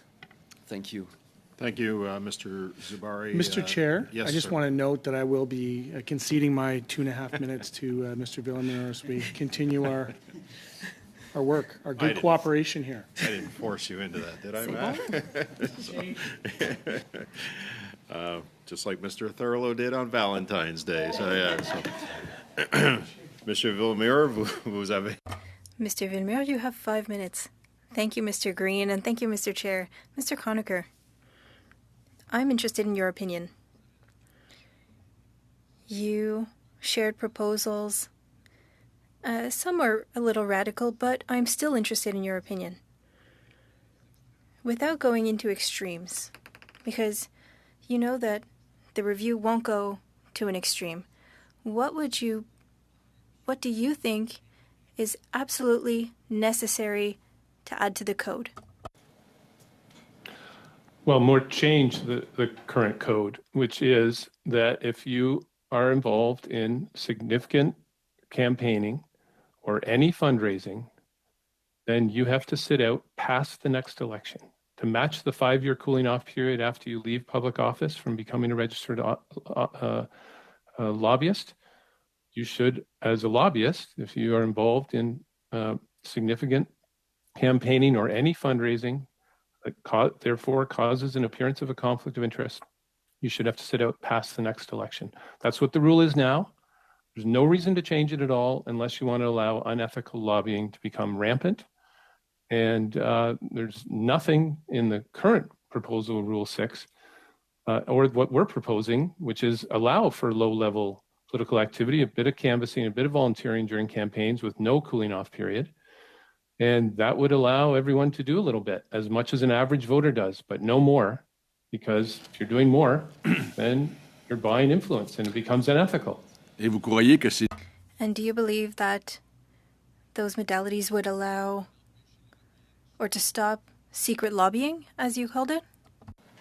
No, secret lobbying will only be stopped when the act is changed to close all the many loopholes that allow for secret lobbying. Mr. Thurlow had said yesterday or earlier today that if someone did secret lobbying, it would be illegal. It's not true at all. If you're not paid to lobby, then you don't have to register. If you're lobbying about the enforcement of law and lobbying the enforcement agency that enforces the law, you don't have to register. If you're a business employee and you're lobbying less than 20% of your time, you're not listed in the registry, and you can violate the lobbyist code as much as you want because it doesn't apply to you. There's huge loopholes. If you're lobbying about contracts, as you asked about earlier, you don't have to register. So I'm not sure what he's talking about, that lobbying secretly is illegal. Lobbying secretly is legal in many, many ways, and it's very easy to, as a contract lobbyist, consultant lobbyist, to just say, put my contract to say I'm paid for giving you strategic advice, but I'm lobbying for free, and then you could never be prosecuted because you're not being paid to lobby.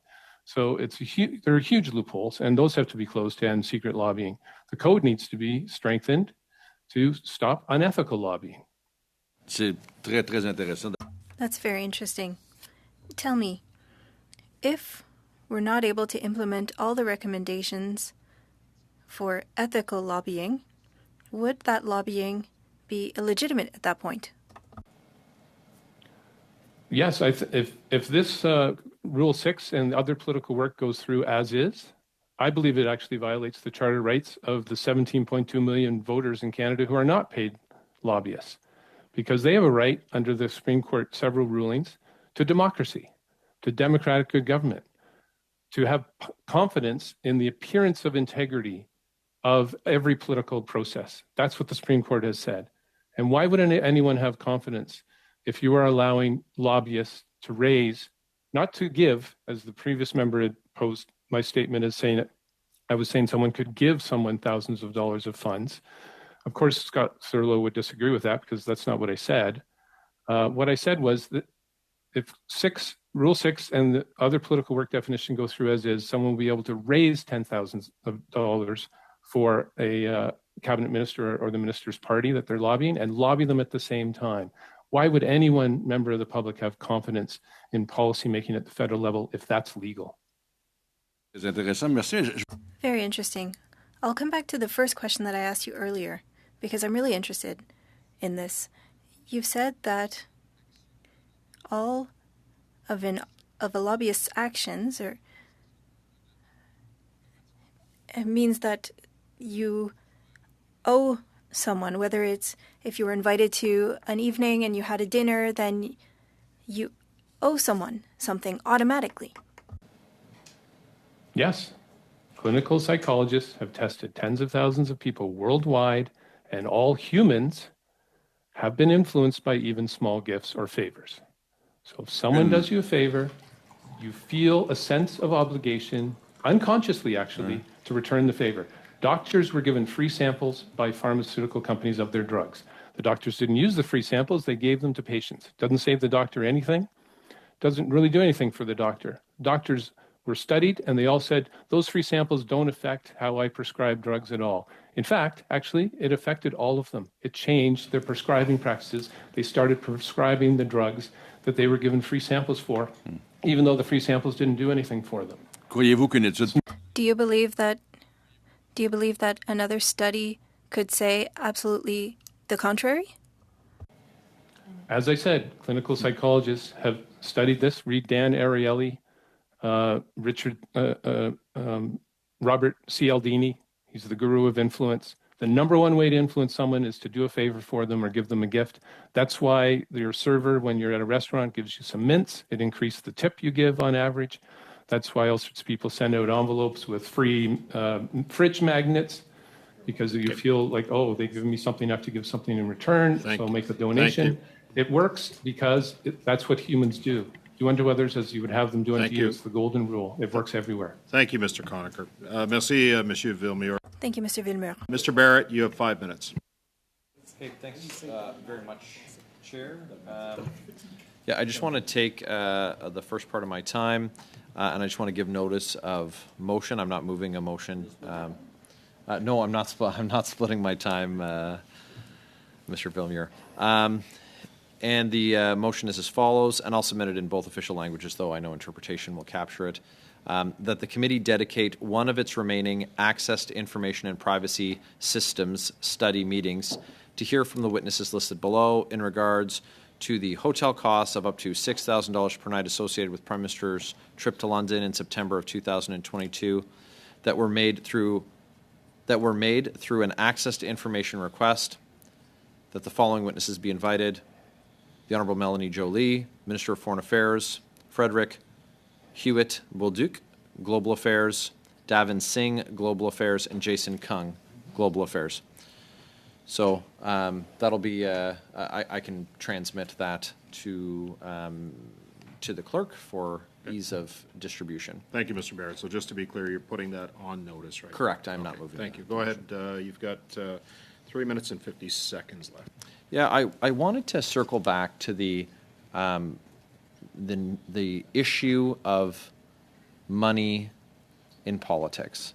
And this is really important because I think that perception becomes reality for a lot of folks. And you talked about the annual, Mr. Thurlow, you talked about the annual contribution limit for individuals. And that limit is now $1,700. It reset on January 1st, having gone up a whole $25 over the year previous. But that number is set, and in that same legislation where it was introduced, included a ban on corporate donations. And we've seen instances of corporations inviting employees to give donations to political entities and then reimbursing them for them, and has resulted in compliance agreements or criminal charges. So those are the two options, and then your corporation takes the reputational risk and result of doing that. Do you think, Mr. Thurlow, that that is sufficient, that the existing framework with respect to that limit of that personal contribution limit and the counterbalancing consequence of criminal charges or potentially a compliance agreement with Elections Canada. Do you think that that is sufficient, provides sufficient levels of transparency? So I think criminal charges are pretty serious. Okay. Yep. What the Commissioner of Canada Elections chooses to do to enforce the law, whether or not they involve the law enforcement officials as well, that is an administrative discussion for them to have. Do I think a publicly transparent list of donors, which every one of you would have for your donors, for the parties, is part of the transparency that we aspire to so that we know who is giving what? Absolutely. I don't have a view about what's the best way to enforce the criminal law limit. Yeah. Okay. No. But I mean, when you balance the fact that contributions have to be made public, and we have a public registry of lobbyists, then we have to list all of the communications that we have with designated public office holders. I think you can draw those lines, and certainly Canadians can. Okay, I have just under left, and so I'd like to ask you both organizations in the room, if you think that it would be beneficial to harmonize the number that is used in the Conflict of Interest Code for members, that $200 gift limit.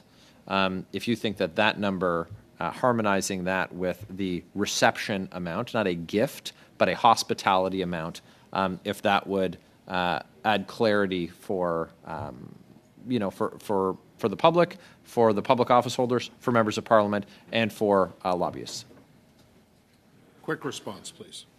Yeah. I can go ahead if you like.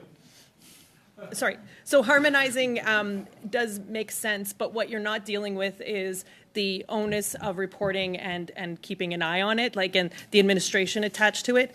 We had 400 activists in Ottawa last week, and we're really proud that they got to talk to their elected officials. The idea that we would chase around people to find out what they consumed or try and figure that out is actually just like, that's a really high burden. It makes more sense that it lies where it is right now, which is you have to keep yourself in check, and then there's a process if you don't report as per the rules. Perhaps we can go back to this in the next round, but that concludes Mr. Barrett's time. Ms. Vandenbelt, you have 5 minutes. Please go ahead.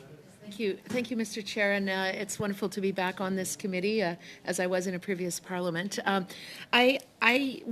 Mr. Thurlow, I was very concerned when you talked about a post facto limit on freedom of assembly, freedom of speech, and democratic freedoms in the Charter of Rights. That, to me, is something that is fundamental in our democracy. And I know that, for instance, if Parliament were to pass legislation that contravened democratic rights, Section 2 of the Charter, there would be recourse to the courts. But when it's in a code and when it's an officer of Parliament, what recourse is there if individuals' rights are being broken? That is the million-dollar question. The Code of Conduct is not a statutory instrument. There is no jeopardy that attaches to violating the Code of Conduct other than reputational damage if there's an investigation and a report. There is no, I mean, we could seek an injunction, or we could make an application under the federal court rules, say this instrument violates the Charter, but that's not cheap, and there's no guarantee it would even be heard because it's not a statutory instrument. The thing with charter rights is that they have to be actually jeopardized, and as I said clearly in my earlier testimony, this is about the principle as much as it is about what is actually being limited. My democratic right is not being limited. It's what happens after I use my democratic right. That is going to encourage me not to do the thing under Section 3 or Section 2, B or D. So essentially, that's why you said it was post facto. And the fact is that, you may have, I had maybe 200 or 300 volunteers in my last campaign. I live in Ottawa. There might be a few of those young people that then go on and get a job in one of the firms here in town. Does it not set up two different standards then where 199 of my 200 volunteers can come and, do my Friday drop-in and tell me what they think about the most recent legislation, but that one is not able to do that? Does that not actually put two standards for people because everyone who wants to can volunteer on a campaign. So it's not that it's some exclusive thing that only certain people can do. So what is your view on that? So I strongly agree with your position, and I'll take it one step further. It's like, what happens if you're doing all this wonderful canvassing and then you get a job offer? Right? And so these young people who have been politically active, who have met other people through the campaign, now they may not be able to take that job. Now, I think that is a few and far between example, but that does enter into the calculus of young people when they start being very involved in these campaigns. So I think you're right. There is an asymmetry that is potentially there where you also want to communicate with your constituents. Mm-hmm. The test turns into the payment, right? And this goes back to Mr. Conacher's volunteer lobbying, okay? Volunteer lobbying is not a thing that exists. Volunteer lobbying is free speech. A retired executive who isn't being paid for what they're doing, they're lending their expertise. They don't benefit from it, okay? If they're getting paid, they benefit from it. That we can prove. We can determine, did you get a check for doing this work? Yes. That's why the nexus of payment exists in the Act. We can actually prove that they're doing it. One would call that advocacy if it's not paid, which is something, and this is something very worrying to me because we are seeing a decline in political participation. And I know that, before politics, I did a lot of work internationally on democratic development. And one of the things Canada was known for and the best practices globally, particularly on political financing, have moved away from limits, because there will always be encodified limits, loopholes and workarounds and people, whereas transparency, on the other hand, is the way that, in terms of international best practices, moving toward transparency allows the public to actually see what is going on, and then that then becomes self-regulating. And you mentioned something similar to that, and I wouldn't mind also if others could weigh in, but Mr. Thurlow. Sunshine is the best medicine. Okay. Yeah. Ms. Vipon? I believe that it being known is really important, but we do have to be very worried about people getting caught up in this and not being allowed to participate. And so if the standards are there and people have to follow them, every time someone says that something's happened and someone got caught, that means in essence those rules were working, because we know that it's happening and we all have access, most of us have access, right, to Google and to find out this information. Okay. And Mr. Thurlow, you mentioned the fear of an investigation might also be a limiting. Sorry. Thank you, time's up. Julie. Thank you. Perhaps you can get to it. We do have one more round. We've got 2 5-minute interventions by both the Conservatives and the Liberals, and then 2.5 minutes from Mr. Villemure and then Mr. Green. And I believe Mr. Dalton is next for 5 minutes. Go ahead, Mr. Dalton. Yes, just going to a comment that you made, Mr. Thurlow, and actually the Commissioner also said it, that there's no real teeth in this code. It's just reputational damage. And this might not be received well by all members here, but when you have a Prime Minister that has had 3 breaches of the ethics code, or the ethics, when we have all sorts of violations happening, the general public, they mix everything all up. So there is a real deterioration of respect from the public towards politicians, which I think that it's well deserved as far as politicians, what we're seeing in this government. So we need to raise that bar, obviously. And it starts from the top, and unfortunately it's failing at the top, and it's going all the way through. So can you give me some examples, and I'll open that up to Mr. Conacher too, or whoever, of where have there been some examples of contraventions so far that might be pushing this code? So can you give us some examples of what we've seen? I believe Mr. Carson was sentenced under the Act.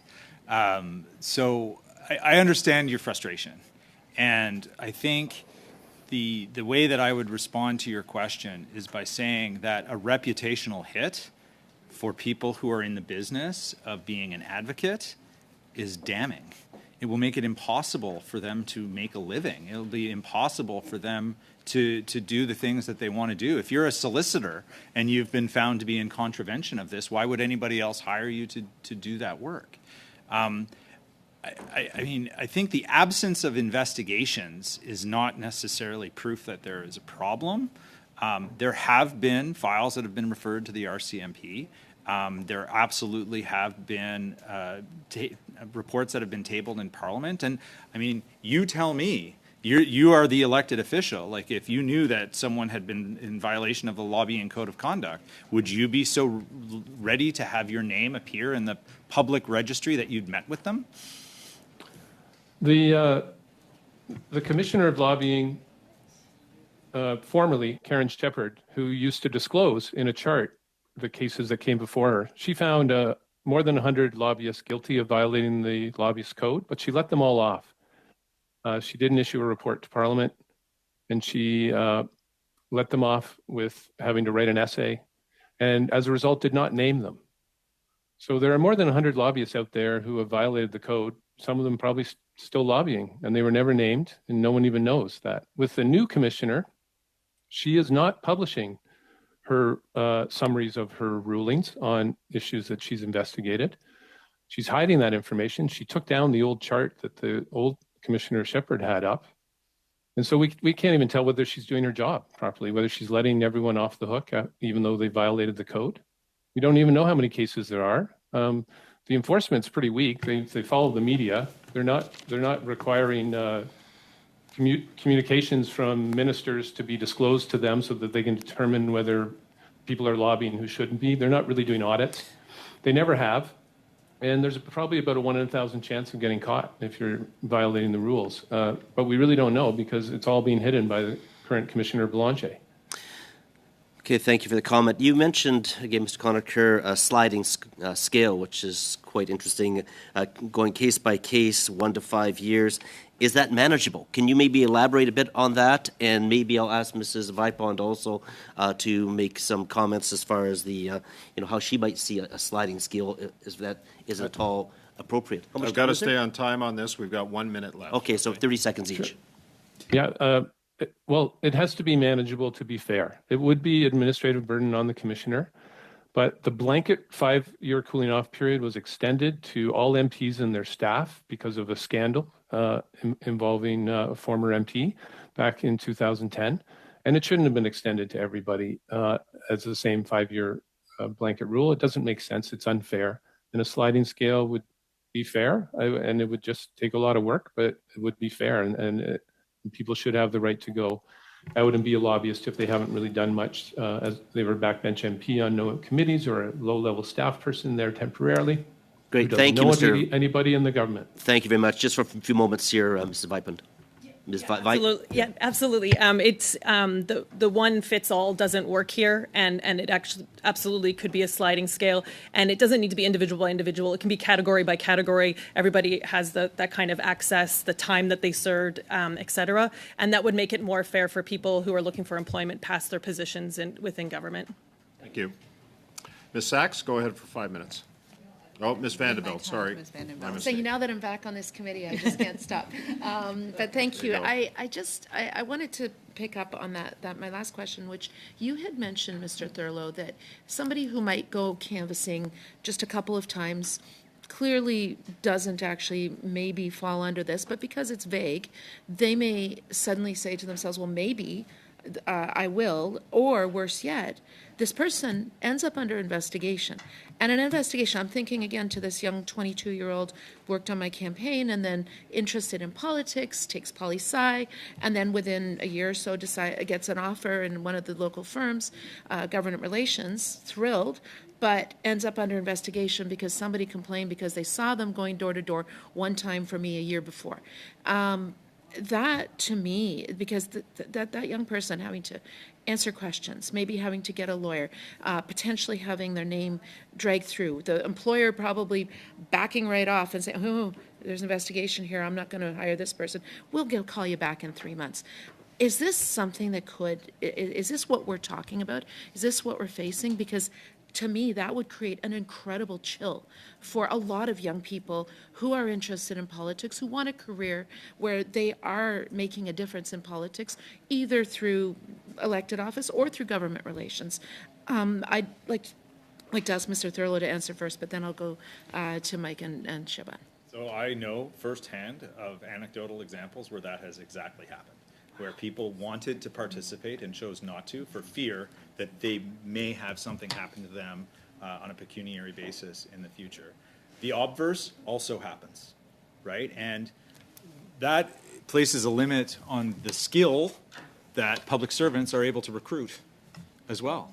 So don't only think about it from the individual who's a lobbyist, think of it from who do we want to attract into the public service, who do we want to be learning how to be politicians and becoming politicians in the future. Like, these are skills that are learned as they happen.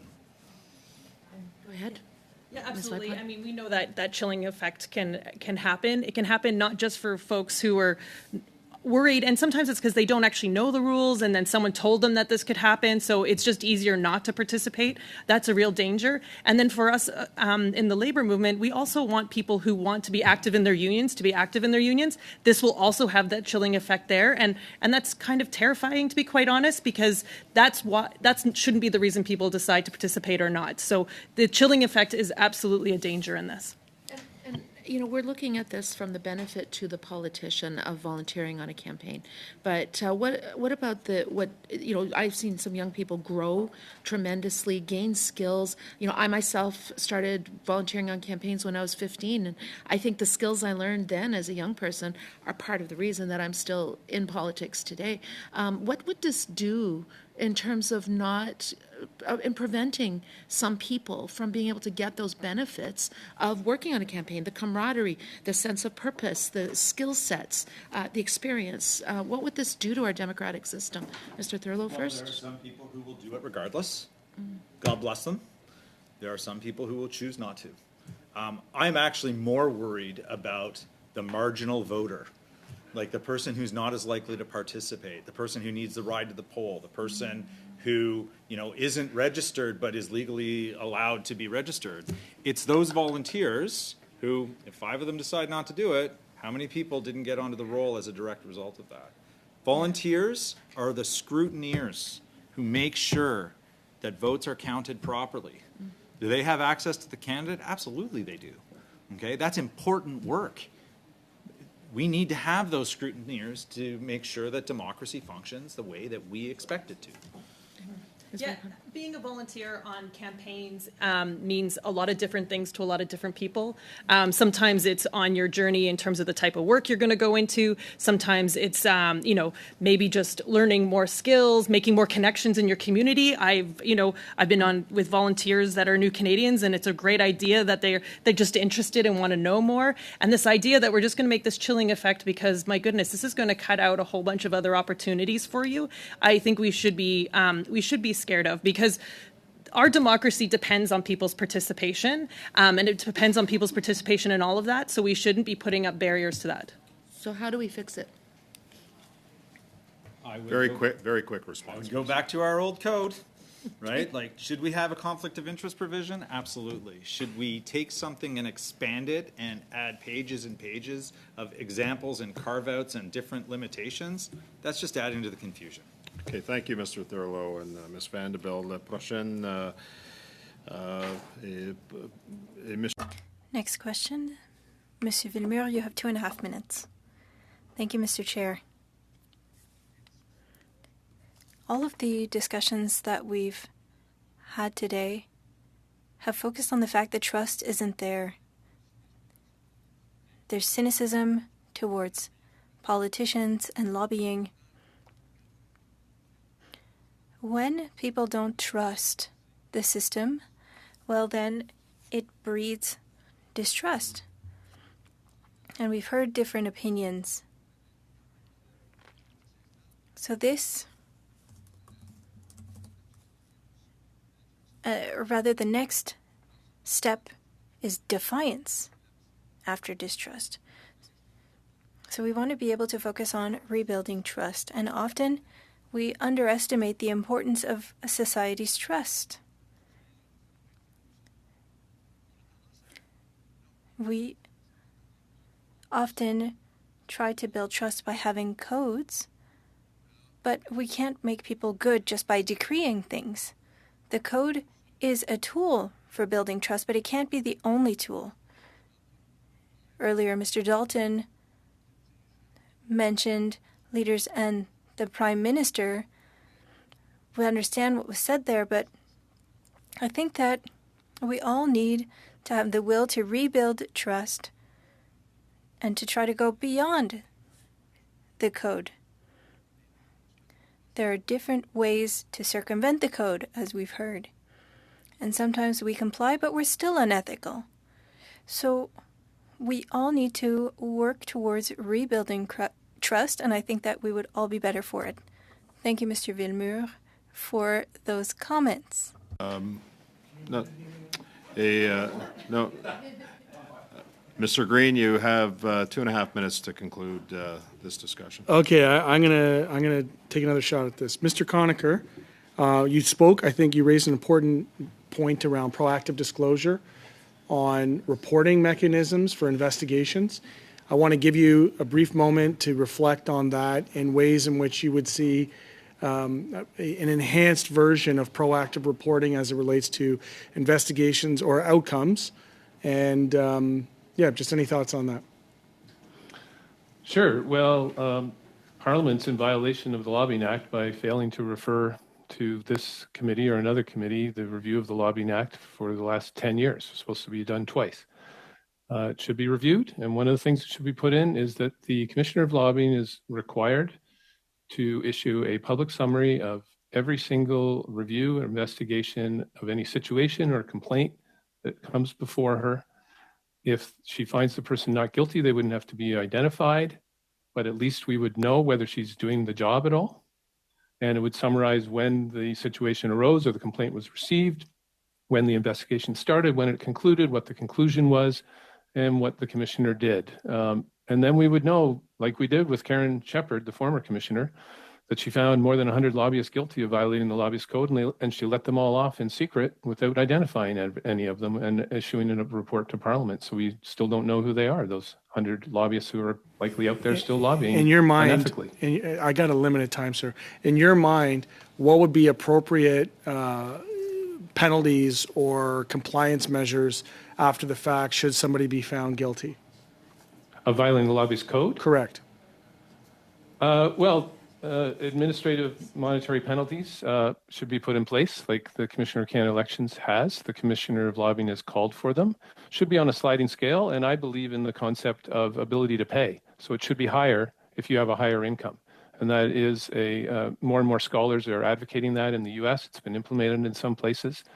The penalty should mean the same to the person, and that means if you have a higher income, it should be a higher penalty for you because you can afford to pay more. It's in the case of a corporation, then it would also slide up to be appropriate for the scale of the corporation. if you want to discourage violations, then the penalty has to mean something. Agree. So you recommended that compliance measures should be added at the end of the proposed Rule 2.2 to require disclosure of confidential information in the form of a record to the appropriate authorities. Do you have any recommendations for compliance measures in regards to confidential information that has been received in forms other than government records? There should be disclosure that the public official has disclosed it to someone outside of the government. And really, they're the ones who are supposed to be upholding the public trust and respecting the confidentiality of information. So they should pay the highest penalty. If someone then uses it for their lobbying, penalties should be very high as well, because that's just a who you know system, people doing favors for you inside secretly. And the penalty should be very high because it's so easy to hide it. So if you are actually caught, it would be a huge likelihood you would never be caught, but if you're caught, you should really pay a very, very high penalty for that. Thank you, Mr. Conacher. That concludes our round of questioning. Two things I want to mention. I want to ask a question first of all. The committee has made a commitment to the lobbying commissioner to have some information back to her based on the testimony that's being provided. I'm going to ask all three witnesses very quickly, is there anything that you provided today that would be new information to the lobbying commissioner? Notwithstanding the fact that maybe she didn't agree with or didn't put into the lobbying code of conduct what you propose, is there any new information that you provided to this committee today that you have not already provided to the lobbying commissioner? CLC first? No? No, we came today with what we have Okay. provided. Mr. Thurlow? I mean, possibly in exchanges from questions, but not from my de novo testimony. Mr. Conacher? Yes, in my submission, I will be setting out these Supreme Court decisions that show that if the code goes through as is, it will actually violate the charter, and that the current 4-year cooling off period does not violate the charter at all. It's completely compliant with Supreme Court and other Canadian court rulings. Okay, thank you. And for the benefit of the committee, we did receive a letter from the lobbying commissioner. Most of you would have received it, or it's in your digital binder, with respect to her decision not to release the legal opinion that she received. I know Mr. Green referenced that earlier, so we are not going to get that legal opinion. Shame. Somebody's got a hot mic there, but... Point of order. You go ahead. I just, through you, Mr. Chair, if I recall, it was a request. Mm-hmm.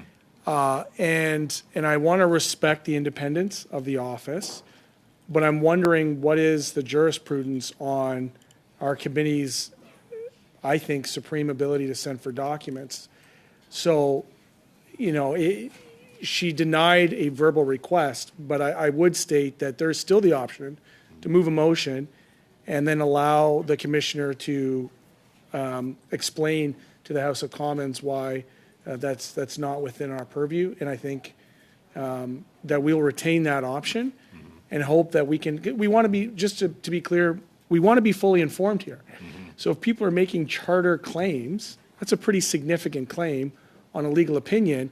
I feel it'd be to the benefit of this committee and the general public interest if the general public had access to that legal opinion. So anyways, I'm going to retain that parliamentary right to move a motion at the appropriate time. Right, and I mentioned that earlier just to advise committee of something that you were likely aware of, and perhaps there is a motion or something that would be required of the committee. So I'm going to circle back with the clerk to figure out what the best course of action is on that, and then I'll advise the committee. We do have another study on this issue on Friday, so we may be able to dispose of it then, okay? So I just want to make that clear to the committee. So I want to thank all the witnesses for being here today. This was indeed a fascinating discussion. The divergence of opinion, I think, helps the committee. Also want to thank our analysts and our clerk for preparing us today. Thank you on behalf of Canadians to all our witnesses. This meeting is adjourned. Thank you. Thank you.